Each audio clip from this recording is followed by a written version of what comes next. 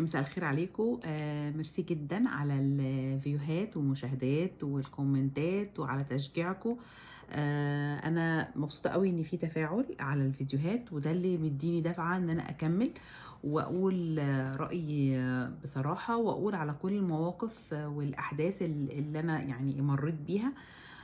زي ما قلت قبل كده في فيديوهاتي، انا بتكلم عن تجربة شخصية وده رأيي و... وانا موجودة في بلد فيها الفري سبيتش ومن حقي ان انا اعبر عن رأيي. لاني انا شايفة ان الناس اللي في مصر اللي بتعبر عن رأيها بيبقى مصيرها المعتقلات وانها تختفي وتروح ورا الشمس. وللأسف الأخبار كلها ما بتجيبش أي حاجة عن الناس دول. انا شايفه كل البرامج السياسيه وكل حاجه دلوقتي في مصر بقت كلها عباره عن الفنانين، وده لبس ايه وده جاب بكام ودي عملت دور ايه في مسلسل. وبقى الموضوع فعلا يعني فج جدا ان محدش بيتكلم على اي حاجه، وان هم كانهم عايشين وبيدوا الشعب مسكنات. يعني اخر حاجه شفتها بتاعت حلقه هنا الزاهد مع منى الشاذلي. منى الشاذلي كانت من اكتر الناس اللي بتدير برامج حواريه سياسيه، وكانت بتجيب دايما بتعمل مقارنات ومناظرات، وكانت دايما بتجيب طرفين في الأحزاب. ولكن ريسنتلي بعد 30/6 اتحولت فجأة ان هي بتستضيف الفنانين في البرنامج بتاعها. وكانوا مطلعين كومنت كده انها كل ما تلاقيش حاجة حلقة تعملها بتجيب هنا الزاهد، يعني عشان هنا الزاهد يعني أمورة وباربي والناس بتحبها وبتحب، هي تلقائية وكده، فبتحب ان هي تسمعها، فبتجيب الحلقة دي تجيب ترند وخلاص. فالناس يعني بقى الموضوع فعلا مؤسف. النهاردة أنا هتكلم، الفيديو هقسمه على شقين. عندي موضوعين مهمين قوي عايزة أتكلم فيهم، وأتمنى أن كنتوا تسمعوني. أول موضوع بيخصني أنا شخصيا وتجربتي مع الكنيسة وتجربة الطلاق. ليه أنا بتكلم عن الكنيسة وبتكلم عن الدولة؟ لأني أنا حسيت أن الكنيسة شربت من الدولة، بقت عاملة زي أمن الدولة كده. يعني بقت واخدة طابع أمني، وبتتعامل مع ناس معينة اللي مش ماشيين مع ملفاتها ومع سياستها ان هي تتحكم في الشعب بنفس الطريقة اللي امن الدولة بيتعاملوا بيها مع الناس في مصر، واللي كان اسمهم قبل كده الامن الوطني. فليه انا مش بظلم، انا بقول وقائع حقيقية حصلت معايا. يعني انا لما جيت، كنت جاية جديدة كندا، ورحت لأب كاهن مشهور جدا جدا في البلد اللي انا فيها، ويعني الاسقف نفسه بيعمل له اعتبار، والكهنه في القدريه في مصر بيعملوا له اعتبار وعارفينه، يعني عارفينه اكتر من الاسقف لانه بقاله كتير جدا جدا في كندا من زمان يعني. وهو ما نقدرش نقول ان هو يعني معروف جدا وكده. فلما رحت وكنت بكلمه على مشكلتي، وكنت لسه جايه من مصر وانا وبعمل والانجيل بيقول وبتعمل، فراح بص لي كده قال لي: هو انت جايه من مصر لكندا عملنا لنا ثوره هنا في الكنيسه ولا ايه؟ هو ده مشكلتك ان انا اعمل ثورة في الكنيسة؟ ان الناس تعمل زيي، ان نيفين دي نعمل منها عبرة فمحدش ستات يعملوا زيها؟ وجيت كانت عندي مشكلة ان انا اعمل هنا في الطلاق في كندا لازم بتدي ورق الطلاق للطرف التاني، تعمله سيرفنج عشان خاطر تقدر ان انت لما تروح المحكمة تقول انا خلاص اديت له ملف الطلاق ومضيت عليه. فكانت عندي مشكلة ان انا مش عارفة اعمل سيرفنج للاكس بتاعي. فكنت موجودة في مكان، وكانت صاحبتي موجودة، صاحبتي دي جاية لجوء مع الكنيسة هي وجوزها. فالمحاميه بتاعتي قالت لي اديها الورق وهي تديهوله، ويبقى انت كده عملتي سيرفنج. طبعا انا ما كانش عندي خبره فطبعتش الورق مظبوط، يعني كده كده طبعت الورق مش مظبوط. فهي عملت له سيرفنج واديت له الورق. لما اب الكاهن في الكنيسه دي عرف الساعه 11 بالليل، وكنا في الشتاء، وفي كندا في الشتاء الدنيا بتقفل 8 بالكتير يعني، بعت عربيه لواحد شغال في الكنيسه. بعته بعربيه وجاب الست دي وجوزها من بيتهم، كانوا مأجرين بيزمنت يعني بدروم، احنا لسه جايين جداد، وهددهم وقال لهم ما تقولوش انك انت عملتي سيرفنج للورق و... وانتوا جايين تبع الكنيسة وكده، فلو حصل كده يعني يعني اعتبروا نظام، اعتبروا قضيتكم يعني مش سارية يعني، بيمسكوا من ايدهم اللي بيوجعهم. وساعتها كان جوزها منهار وقال لي: "أنا تعبت وفي حياتي وكان عندي مشاكل في مصر وما صدّقت جيت كندا ودي بالنسبة لنا فرصة جديدة وما تدخّلناش في الحوارات." وقال لهم: "خلّي نيفين تصرف نظر عن موضوع الطلاق واعتبر الموضوع ده منتهي." فأنا كنت جاية جديدة أصلًا يعني، ولا كان عندي social media ولا كنت باتكلم في الإنترنت يعني على الفيس ولا على اليوتيوب ولا أي حاجة. فأنت إيه نيفين دي بالنسبة لك تهديد جامد أوي كده إنك تعمل كل الحوارات دي؟ لإن هو مش عايز يكون في مثال، مش عايز يكون في قدوة حد يُحتذى بيها ويعمل زيها في يوم من الأيام. فطبعًا لمّا جه جوزها اتكلم معايا قُلت له: "لأ، أنا مش هارجع في كلامي، وأنا هاكمّل في قضيتي، وأنا هاعمل له serving بطريقة تانية، كده الورق مش مضبوط، وهاخرّجكم أنتم برّه الموضوع." وبدأت أعتمد على نفسي إن أنا ما اشتغلش عند حد مصري، ما اشتغلش عند حد عربي، ما اقعدش في بيت تبع الكنيسة، ما ابقى لياش حياتي إن هي تتحكم فيّا، عشان خاطر ما يبقاش ليهم سُلطة عليّا. لإن فعلًا أنا أعرف واحدة في كندا للأسف كانت عندها مشاكل بينها وبين جوزها، وكانت بتشتغل في شركة بتاعة مصريين، ولمّا سابت جوزها وبعد كده الكنيسة أقنعتها ولأ ورجّعيه البيت ومعلش وهو هيتغيّر وعلى ضمانتها لإنه كان بيهينها وبيضربها وحاجات كتير جدًا.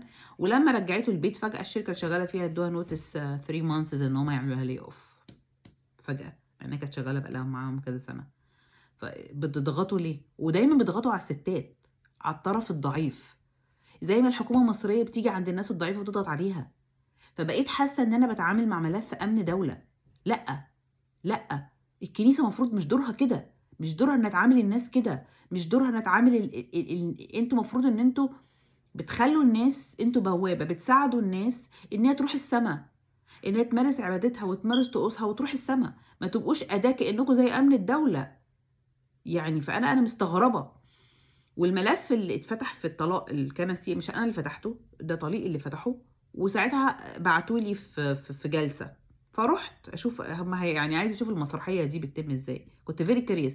بس أنا من جوايا I don't care about الطلاق الكنسي ولا إن أنا آخد تصريح طلاق، لإن أنا كده مش هاكرر المأساة دي تاني، ومش هاحط صباعي تحت زي ما بيقولوا كده بالمصري تحت ضرس حد تاني، ومش هاخلّيهم يتحكموا في قراراتي تاني. فأنا كده واخدة قرار إن أنا ربنا كرمني وفتح لي باب وجيت بلد فيها حرية، قدرت إن أنا أخُش المحكمة، قدرت إن أنا في الأول إن أنا أجيب محامي تبع الحكومة، وبعد كده في فترة من الفترات مثّلت نَفْسي وحصلت على الطلاق، وقدرت إن أنا أتجوّز تاني مدني. فأنا مش محتاجة الكنيسة في حاجة تانية، مش محتاجة إن أنا أكون ضغينة فيهم. وأنا مش شغّالة في شركات تبع الكنيسة تبع فيها مصريين، ولا قاعدة في بيوت تبع مصريين، ولا باخُد معونة من الكنيسة، ولا باخُد فلوس من الكنيسة، ولا باروح الfood bank بتاع الكنيسة، ومش محتاجة الكنيسة ماديًا في أي حاجة. فاستقليت عنهم وبالتالي كنت حُرة. فأنا لمّا كان بيقعد يعمل الحاجات دي كنت يعني باستغرب، يا جماعة أنتم مش في مصر anymore. في مصر طَب الحكومة لسببٍ إحنا كلنا عارفينه دلوقتي بتسلِّم رقبة المسيحيين للكنيسة، فأنا هاسلِّمك رقبتي هنا ليه؟ يعني أنا مش بالغباء ده عشان أسلِّمك رقبتي. فلمّا رُحت المجلس الملّي، واحد من الكهنة اللي كانوا قاعدين باصص لي كده، لإن أنا كنت باتكلم وبادافع عن حقي وباقول وجهة نظري وباناظر وباتكلم. فراح بَص لي قال لي: "أنتِ بتتفرجي على مسلسلات الlaw and حاجة كده يعني law and criminal أو حاجة كده، عشان بيبقى فيها محاميين وكده وبتتكلمي بالطريقة دي." فرُحت رجعت لورا كده وبصيت له قُلت له: "هو أنت زعلان عشان مش باجي أعيّط زي بقية الستات وأتحايل عليكم وأبوس في إيديكم عشان ترحموني وتدّوني مثلًا بطلان زواج أو طلاق؟ أنا مش هاعمل كده، أنا مش هاعمل كده." فأنت عشان كده أنا باتصوّر لمّا باروح الكنيسة وبييجي اسمي وأنتِ اسمِك نيفين، مع إن أنا كنت رايحة كنيسة في مدينة تانية، مش في نفس الcity اللي كنت فيها نفس المشكلة another city. بس اسمي تحس إن أنا على القائمين الممنوعين من السفر. عارف زي الحكومة لمّا بتبقى منزّلة حد كده قائمين ممنوعين من السفر وحاطة صورهم، الكنيسة the same أمن دولة. طب أنا إيه اللي خلّاني أقول كده برضه؟ عندي واحدة صاحبتي كانت من نفس المدينة اللي أنا فيها، للأسف لمّا اتجوّزت جوزها طلع عنده عيب هي كانت لسه still virgin.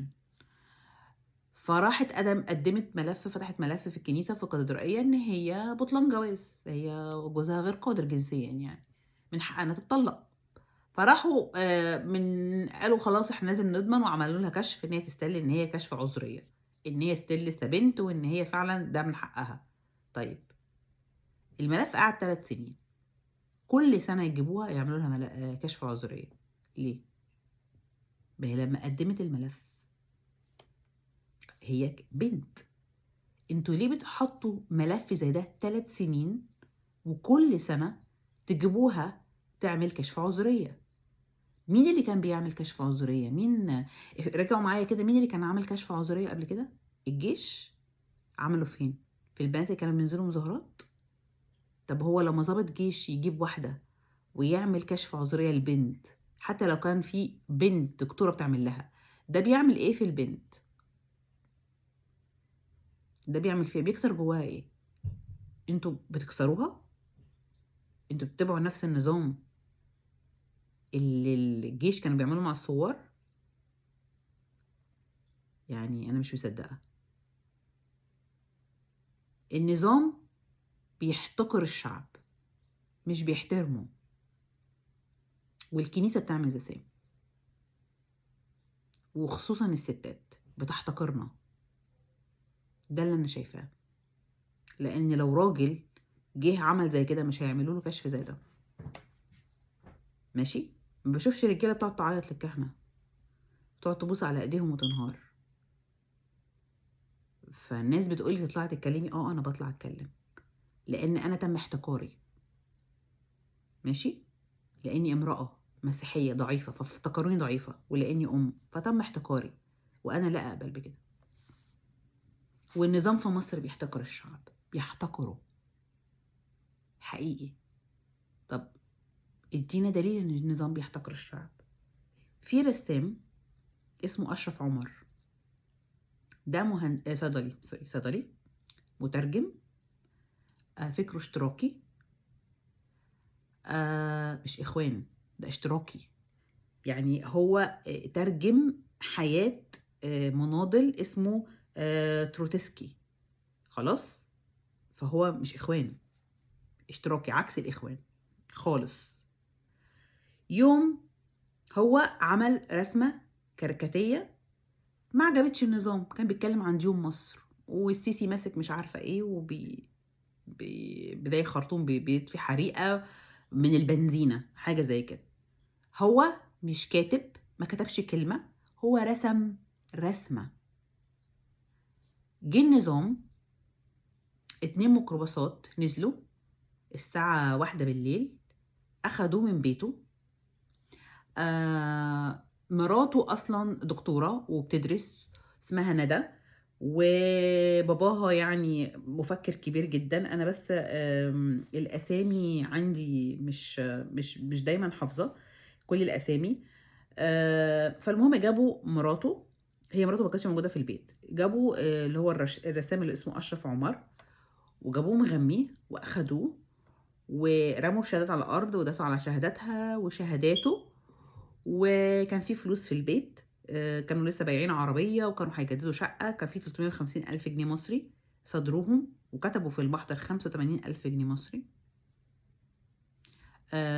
أخدوا ساعات بتاعته يعني، وكان في فلوس، كانت هي حتى بتقول كان في فلوس هي حطاها مصروف للبيت، وكاتبه ورق جنبها فراخ ومش عارفه ايه وكده، لقيت الورق على الارض ومصروف البيت متاخد. يعني حتى فلوس البيت اخدوها وما سجلوش كل الفلوس، اتنهبت اتسرقت. ماشي؟ واخدوا الولد وحطوه في الحجز من 22/7/2024 حتى الان محجوز. طيب التهمه انضمام لجماعه ارهابيه، جماعه الاخوان. وكيل النيابه حتى ما كلفش نفسه يعرف هو بيقبض على مين. احتقار، عدم احترام. هتعمله انت تبع الاخوان، واحد يساري اشتراكي مترجم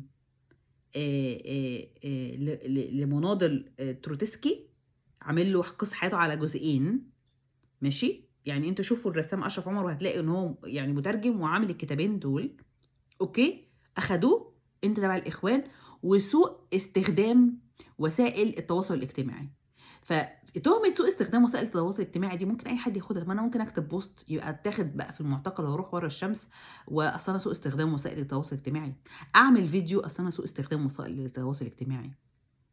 ده انسان مفكر متنور، مثقف، متعلم، ابن ناس، حب يعبر مش ماسك سلاح، حتى منزلش وقف في الميدان، ماسك ريشة، رسم صورة من 22/7/2024 حتى تاريخه في السجن. ده اسمه ايه؟ ده احتكار للشعب. انا اجيبك من بيتك متغمي واخد فلوسك وادوس على شهاداتك، انت هتعمل نفسك مثقف، انت هتعمل نفسك متنور، انت هتعمل لي نفسك متعلم وعندك رأي، انت ما تتكلمش، انت تخرس، تسكت خالص، ما تتكلمش، ما لاقيش حد بيتكلم ولا حتى حد يرسم، وتفضل قاعد جوه الحبس. هو ده النظام. فيديوهاتي بتوريكوا الحاجات اللي الإعلام بطل يتكلم عنها، تجارب الشخصية عن الناس اللي حصل معايا وحصل مع غيري، اللي ما عندهمش الجراءة ان هم يطلعوا ويتكلموا عن اللي بيعملها. فأنا مش هستنى لغاية لما الكنيسة تاخد باور وترجع بعد كده تجيب الناس متغميين، زي ما الواحدة لما بتبقى عايز تغير دين عشان جوزها بيضربها ومفيش قوانين في الكنيسة ولا في حد بيقف لها ولا حتى أهلها بيقفوا لها عشان خاطر العار، ولما تهرب لما أمن الدولة يجيبها عشان أمن الدولة والكنيسة توجيزر اتنين مع بعض بينهم مصالح مشتركة، نلاقي الست طالعة أنا خلاص رجعت أنا كنت مخطوفة. سبحان الله، بيخطفوا ستات المتجوزين وفجأة بتختفي. بتروح فين الست؟ بتودوها فين؟ بتختفي. وفجأة الفيديوهات تطلع أول ما ترجع وبعد كده ما بنسمع لهاش أي حاجة، بتختفي، متبقاش موجودة. احنا يعني مش هنستنى لغاية لما ده يحصل وتبقى الموضوع متفشي أكتر وأكتر. عشان كده لازم نطلع ونتكلم. آخر حاجة، كلنا قلبنا مع والدة المعتقل علاء عبد الفتاح. علاء عبد الفتاح طبعا اتسجن وكان هو ليه آراء سياسية، حسبوه إخوان، مش عارفة ازاي برضو. انا معرفش بيجيبوا الناس الاشتراكية اليسارية ويحسبوها إخوان ازاي. انا مش ما فيش حد حتى بيحاول ان هو يفكر او يتكلم او يشوف. مامته حاولت تديله الجنسية البريطانية عشان يطلع من الحبس وما رضيوش، فخلاص الولد خلص مدة حبسه، دخل وحصلت محكمة هزلية وادوله حكم، قعد في السجن، خلص الحكم بتاعه وما خرجش. طب ايه لازمتها المحاكمة بقى؟ يعني بدل انت بتحاكم وعامل محكمة وبتجيب قاضي وبتقعد ورايح جاي، انت شو بتعرضه في التلفزيون عشان تبين ان مصر مثلا دولة قانونية بتحترم القانون وسلطة القضاء والدستور. شو الولد خلص المدة اللي انتوا قلتوا عليها، ما طلعش ليه؟ مامته قاعدة فقدت الأنف كل حاجة، عاملة إضراب عن الأكل، تشرب بس، عاملة إضراب على الأكل، نزلت مش عارفة في 25 كيلو، بقالها 125 يوم عاملة إضراب عن الأكل. يعني هي بتقول يا جماعة انتوا خلاص خدتوا الولد لفقتوا له تهم وعملتوا محكمة وسجنتوه وكسرتوه، ماشي؟ انتوا بتكسروا الناس، بتكسروا الناس المتعلمة المتحضرة، كسرتوه وحطيتوه في السجن خلاص وقعد وكمل مدته، ما خرجتوهوش ليه؟ ومحدش بيرد ومحدش بيتكلم ومحدش بيقول اي حاجة. ال ال ال الحاجة المضحكة في حكاية الرسام أشرف عمر، في مذيع على اليوتيوب اسمه أحمد سراج، جاب مراته اسمها ندى كمال مغيث. بعد كده انا شفت حلقه للدكتور كمال مغيث، ده ابو الدكتوره ندى، محترم جدا جدا وعنده اراء رهيبه يعني. فهي طلعت بتتكلم عن تجربه اعتقال جوزها، ماشي، وايه اللي حصل وايه الحاجات اللي خدوها وليه عملوا كده، وده هو، وبتحكي على الباك جراوند ونشاطه وانتماءاته وفكره وبتوضح حاجات كتيره. اعتقلوا احمد سراج وندى، اخدوهم امن الدوله. يعني طب بدهم ايه؟ سوء استخدام وسائل اجتماعيه. يعني هي بعد كده ريسنتلي يعني سابوها، بس اخدوها برضو هي والمذيع. محدش يتكلم. كل ده عشان رسمه. رسمه للدرجه دي. للدرجه دي انتوا خايفين من الناس ان هي حتى تتكلم؟ للدرجه دي انتوا محتقرين الناس وسالبين حقهم في ان هم حتى يتكلموا؟ احنا مش عبيد، احنا احرار، وهنفضل طول عمرنا احرار. اشوفكم الفيديو الجاي.